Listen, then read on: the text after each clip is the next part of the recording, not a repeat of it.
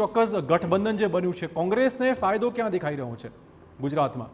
કશું જ નહીં, લગભગ નથી. કોંગ્રેસને તો શું છે, બગા સુખાતા પત્તા મળે એવી કોઈ સ્થિતિ થાય તો થાય. અને કોંગ્રેસ પાર્ટીના કોઈ સિમ્બોલના કારણે કોઈ ચૂંટણી નથી લડતું. તમે જુઓ પાર્ટીની વાત કરો, આ વખતે તો આયરની એ છે કે ખાલી ગુજરાત એકલાની વાત નથી કરતો ચિરાગભાઈ, દેશ આખામાં સ્થિતિ એવી થઈ છે કે કોંગ્રેસના સિમ્બોલ ઉપર કોઈ ચૂંટણી લડવા માટે તૈયાર નથી. રીઝન એ છે કે અત્યાર સુધી કોંગ્રેસ પાર્ટી એને માની લો કે એને 50 લાખ કે 1 કરોડ રૂપિયા પણ આપતું હતું. આ વખતે તો સ્થિતિ એવી થઈ છે કે એક કેન્ડિડેટને કંઈ પૈસા આપી શકે એવી સ્થિતિમાં નથી. એટલે જે કેન્ડિડેટ આર્થિક રીતે સદ્ધર છે, જેને ઊંડે ઊંડે પણ એક એવી આશા છે કે હું જો જોર લગાવીને મારી પોતાની તાકાત ઉપર હું ચૂંટણી જીતી જઈશ, એવા અથવા તો જેને જે વર્ષોથી કોંગ્રેસ સાથે સંકળાયેલ છે, લાઈક એસ પરેશ ધાનાણીએ પોતાના અંગત કારણોસર અને ફેમિલીના રીઝન આપીને એવું કહ્યું કે મારે ચૂંટણી નથી લડવી. પણ જ્યારે કોઈ ચૂંટણી લડવા માટે જ તૈયાર નથી અને સાથે સાથે પરસોત્તમ રૂપાલાની સામેનો જે વિવાદ આટલો બધો ઘેરો બન્યો, એટલે પાર્ટીના લીડર્સ અને એની સેન્ટ્રલ લીડરશીપ એને એવું સમજાવ્યું કે તમારે લડવું પડશે. એટલે લડનાર, એટલે પરાણે લડનારા લોકોની સંખ્યા વધારે છે. અને એટલે જ હું કહું છું કે એમાં જો મળે તો ઇન્ડિવિડ્યુઅલ લીડર્સની અથવા તો કેન્ડિડેટની પોતાની તાકાતના આધારે મળશે. કોંગ્રેસનો આમાં કોઈ રોલ નથી. પણ અજયભાઈ, ભાજપમાં આ વખતે ઘણા વખત પછી જોવા મળ્યું કે ભાજપમાં ભડકો થયો હોય, કાર્યકર્તામાં અસંતોષ ચોક્કસ પેદા થયો હોય, 2 બેઠકો પર ઉમેદવાર બદલવા પડ્યા છે. આ બધા જે ફેક્ટર છે એ ક્યાંય કામમાં નહીં આવે? એટલે કામમાં આવશે જ ને, કારણ કે જો વડોદરામાં કે સાબરકાંઠામાં તમે જુઓ, સાબરકાંઠામાં હજુ પણ કંઈ બધું સખડ દખડ જ ચાલે છે.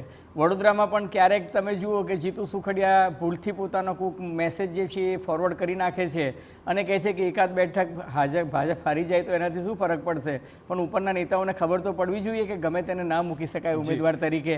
આ અમરેલીમાં કાનાબાર જે છે, ડૉક્ટર કાનાબાર, જે ભારતીય જનતા પાર્ટીના એક જમાનામાં અમરેલી જિલ્લાના પ્રમુખ હતા, એ પોતે કહે છે કે મેરિટના આધારે કંઈ જ નહીં, 1 બેઠક આહિરને આપી દો અને 2 બેઠક કોડીને આપી દો અને 3 બેઠક પટેલોને આપી દો અને 4 બેઠક એમ કે ઓબીસીને આપો. આ કઈ રીતના ચાલે? એટલે આ જે વાત છે એ પાર્ટીમાંથી અંદરના વિરોધના સૂર ઉતર્યા છે ને, કારણ કે તમે કોંગ્રેસ મુક્ત કરી દીધું પણ ભાજપ જે છે એ કોંગ્રેસ યુક્ત થઈ ગયું છે. એટલે વિરોધના સૂર જે છે એ પાર્ટીમાંથી ઉઠવા માંડ્યા છે. અને બીજી એક મહત્ત્વની વાત કહું તમને કે ભારતીય જનતા પાર્ટી પાસે છે ને સ્પોન્સર્ડ ઉમેદવારો ઊભા રાખવાની પણ તાકાત છે. દાખલા તરીકે ચૈતર વૈસાવા છે એ ભરૂચમાં ફાઇટ આપી શકે છે, પરંતુ તમે જોજો, લખી રાખજો, કમસે કમ 10 થી 15 એઆઈએમઆઈને ઉતારવામાં આવ્યા છે. એઆઈએમએમ આવશે, 10 થી 15 જેટલા મુસ્લિમ ઇન્ડિપેન્ડન્ટ ઉમેદવાર ઉતરી જશે. એટલે આમ આદમી પાર્ટીને જે સંભવિત વોટ આપનાર પાર્ટી છે એ લોકો તૂટી જશે. છોટુ વસાવા પણ મેદાનમાં આવી જશે અને મહેશ વસાવા પણ ભાજપમાં જોડાઈ ગયા. એટલે આ શું છે કે સામેવાળા પક્ષની વોટ બેંક છે તમે તોડી નાખો અને પોતાની વોટ બેંક મજબૂત કરો. 31.7% મતો સાથે ભારતીય જનતા પાર્ટી 2014માં 282 બેઠક લઈ ગઈ હતી અને 37% મતો સાથે 2019માં એ લોકો 303 બેઠક જીતી ગયા હતા. ટૂંકમાં જે ધ્રુવીકરણ જે છે એનો ફાયદો ભાજપને એટલા માટે થાય છે કે ભાજપની હિન્દુત્વની વોટ બેંક જે છે એ મજબૂત છે. પણ અજય, આ વખતે ભરૂચની ઉપરાંત તમે જુઓ રાજકોટની બેઠક પણ ચર્ચામાં રહેવાની છે. એમાં જો 5 લાખની લીડ ન મળી તો ક્ષત્રિયો કહેશે અથવા તો રૂપાલા હારી ગયા. રૂપાલા હારશે એવું તો હું નથી કહેતો અત્યારના તબક્કે, પણ હું તમને કહું કે જંગ ખરાખરીનો ખીલાશે. એનું કારણ એ છે કે રાજકોટના હું આંકડા જોતો હતો તો રાજકોટમાં કડવા પટેલ વિરુદ્ધ લેઉવા પટેલ થઈ ગયું છે. એટલે કેપી વર્સિસ એલપીમાં એલપીવાળા જો એલપી તરફ જાય અને પરેશ ધાનાની લેઉવા પટેલ છે, આ જે છે આપણા પુરુષોત્તમ રૂપાલા એ કડવા પાટીદાર છે અને એ અમરેલીથી આયાતી ઉમેદવાર છે રાજકોટમાં. અને અમરેલીમાં પરેશ ધાનાની એમને અગાઉ હરાવી ચૂક્યા છે. એથી પણ મહત્ત્વની વાત એ છે કે રાજકોટ ભારતીય જનતા પાર્ટીમાં આંતરિક જૂથબંધી જે છે એ પરાકાષ્ઠાએ છે.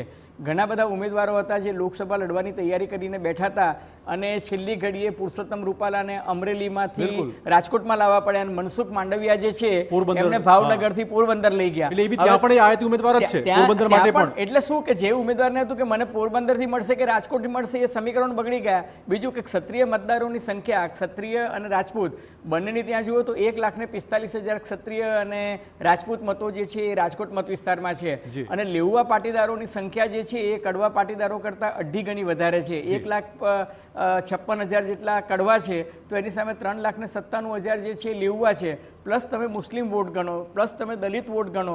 એટલે જો પરેશ ધાનાની કોંગ્રેસની પરંપરાગત વોટ બેંકને હાથમાં રાખશે, તમને યાદ હોય તો 2009માં કિરણ પટેલ જે છે એ નરેન્દ્ર મોદી જ્યારે ગુજરાતના મુખ્યમંત્રી હતા અને એમનો કારકિર્દીનો સૂર્ય એકદમ મધ્યાહને હતો, ગુજરાતમાં સૌથી લોકપ્રિય હતા, છતાંય કિરણ પટેલ જે છે એની સામે કુંવરજી બાવળિયા કોળી ઉમેદવાર જીતી ગયા હતા. એનો અર્થ એ કે ત્યારે પણ લેઉવા પાટીદારોએ કિરણ પટેલ કડવા પાટીદારને મત નહોતા આપ્યા. એટલે ફાઇટ ચોક્કસ થશે, હારી જશે એવું હું નથી કહેતો. બિલકુલ. આપણે વાત કરવાની છે હવે એ રાજ્યો વિશે કે જ્યાં ભાજપ ખૂબ મહેનત કરી રહ્યું છે. આ રાજ્યો એટલે કે દક્ષિણના રાજ્યો જ્યાં ખરેખર ભાજપે ખૂબ મહેનત કરવી પડશે તેવું સ્પષ્ટ લાગી રહ્યું છે.